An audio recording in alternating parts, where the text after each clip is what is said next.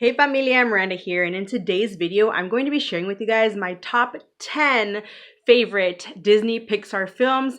In the comments below, you guys, let me know your top 10 or your top 5 or your all-time favorite Disney Pixar film. So let's go on ahead and get into this, kicking things off with a couple of honorable mentions. So these two films that I have here are ones that very well could have made my top 10, but didn't quite make the cut. The first one I have here is A Bug's Life. Now, I grew up watching this one, you guys, and I have a big love for this film. And honestly, I feel like it's kind of underrated. Like, it doesn't get the love that it deserves, but I think it's a really great film. I love the animation in it and just all of the characters and stuff. There's some great messages in here about like teamwork and standing up for yourself and all of that. But yeah, so you have the ant colony and stuff, and you have this kind of a mafia, if you will, of grasshoppers. That's kind of the way I see it. Kind of controlling them, and instead of, like bringing in money, they're bringing in food. So Hopper, he's very menacing, and I love all the characters in here, and like the whole addition of the like traveling bug circus and everything. I think it's fun, and just kind of adding them into this family of ants and stuff. I think it's really great. Dot is adorable, and Heimlich, you guys, he is my absolute favorite. He's so stinking cute. So yeah, A Bug's Life, it's a really great film, you guys. All right, and then the other one that I have here is The Good Dinosaur. This is just such a beautiful film, you guys. And it really focuses on like facing your fears and about trust. So basically Arlo, this little dinosaur dude, a disaster happens, he loses his dad, he can't find his way home. And so on his journey to try and find his way home, he comes across this little cave boy who as well as by himself. And so together they kind of help each other face their fears, and they put trust in one another. Because I mean, obviously they can't communicate, so that's kind of all they have is to trust each other. It definitely kind of hits you with the sentimental values here and there. So I mean, I won't lie, I did cry in this one. But yeah, The Good Dinosaur, I really love this one. All right, so coming in at number 10, we have The Incredibles. This is just such a fun flick. I love the whole concept of it being a family of superheroes and each of them having their own unique power. It is just a really great storyline, I think. And I think it's the whole idea of the villain being someone who was totally obsessed with Mr. Incredible, and all he wanted to do in life was be his sidekick. For him to turn evil, I think that is just so awesome, you guys. It's definitely a fun way to kind of turn things around. But yeah, so Incredibles is my number 10. So coming in at number 9 is Cars. Now, I love this franchise. I actually got to see this one in theaters with hubby. I think that was actually one of our like first movie dates that we had, was to see this.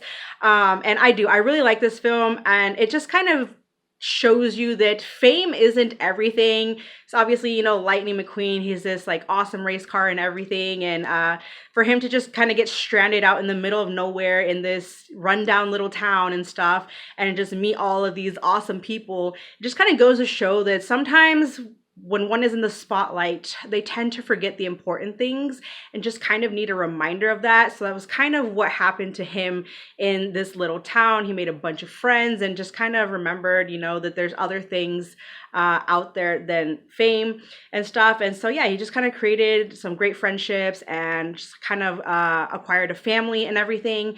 And I do think it's a really super cute film, fun concept. I absolutely freaking love Mater. But yeah, Cars is my number 9. All right, so number 8 is Finding Nemo. Now, I did also enjoy Finding Dory, but Finding Nemo, you guys, this is one that I remember watching a countless number of times with my younger sister and just absolutely loving this one. Obviously, Dory's infamous line, just keep swimming, it sticks with you for sure. But this is just a very inspiring story of one dad's mission to, cross the ocean to find his son and bring him back home. And along the way, the dad and also Nemo, they just meet a bunch of fun characters and make a bunch of friends and kind of acquire a family that was kind of broken up long ago and stuff. So yeah, I just think that this is just such a very inspiring film and just very beautifully done. I love the animation, and yeah, it's really, really good, you guys. I love it. Alrighty, coming in at number 7, we have Inside Out. This is just an amazing film, you guys. I love the originality of this film, and it's just a beautiful story. It's touching and heartfelt and emotional, and it's just very, very relatable. It's just a very well done, very well acted and film, and just has some beautiful animation. And it, in my opinion, it is a little bit of a hard watch considering that it has to do with all of these different feelings that we feel. And, oftentimes we tend to lock away those feelings and tend to forget that it is okay to let them out. But this is just a really, really amazing film. So that's why it's in my number 7. All right, coming in at number 6, we have Wally. This is just a simply like perfect film in my opinion. I love the animation in this. I love the sound design in this. And it is just such a different kind of story. It's very inspiring. It's very funny and sweet.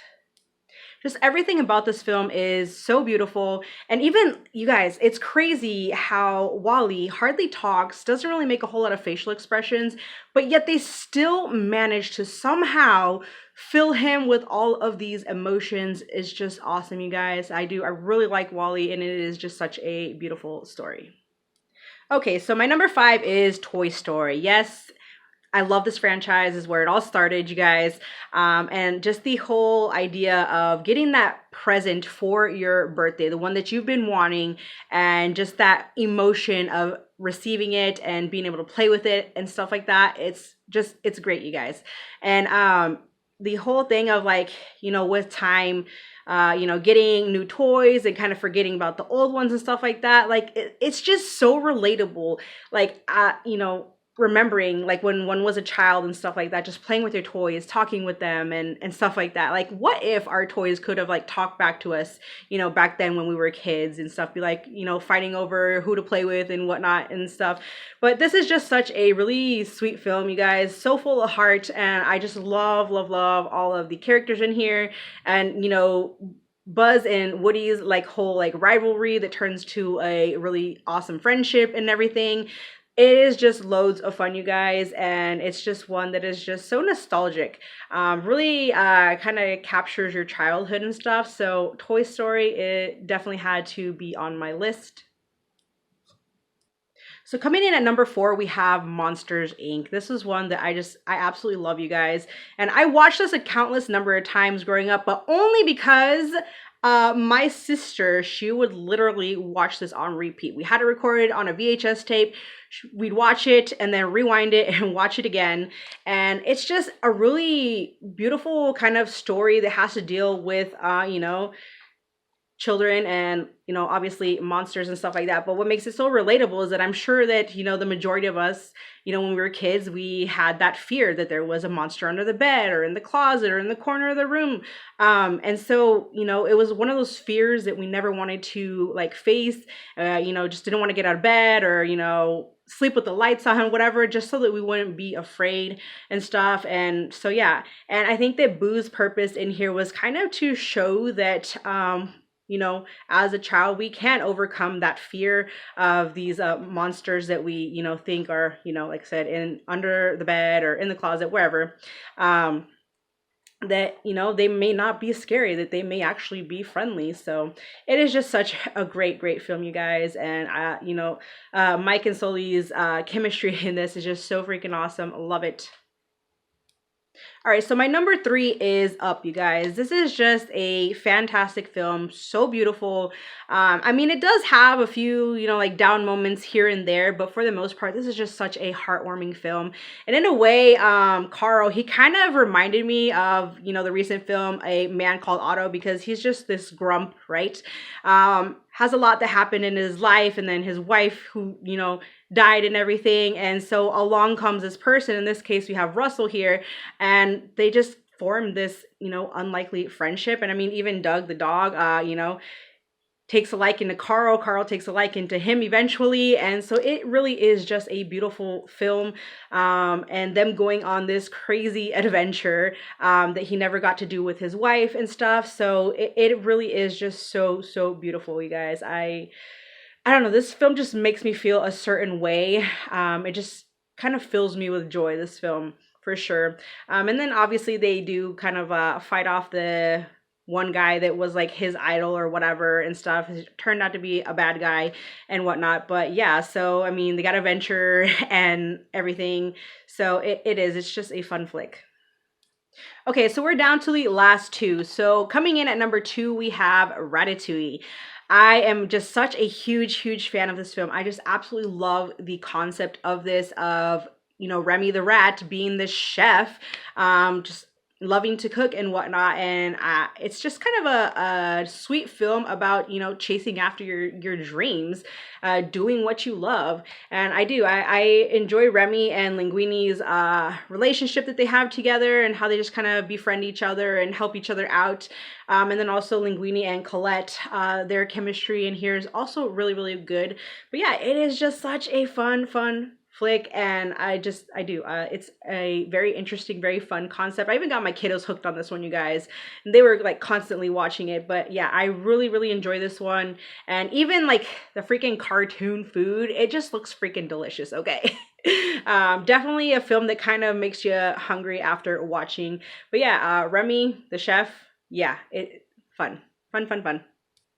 All right, so which film took my number 1 spot? If you've been with me for a while, you probably know this already.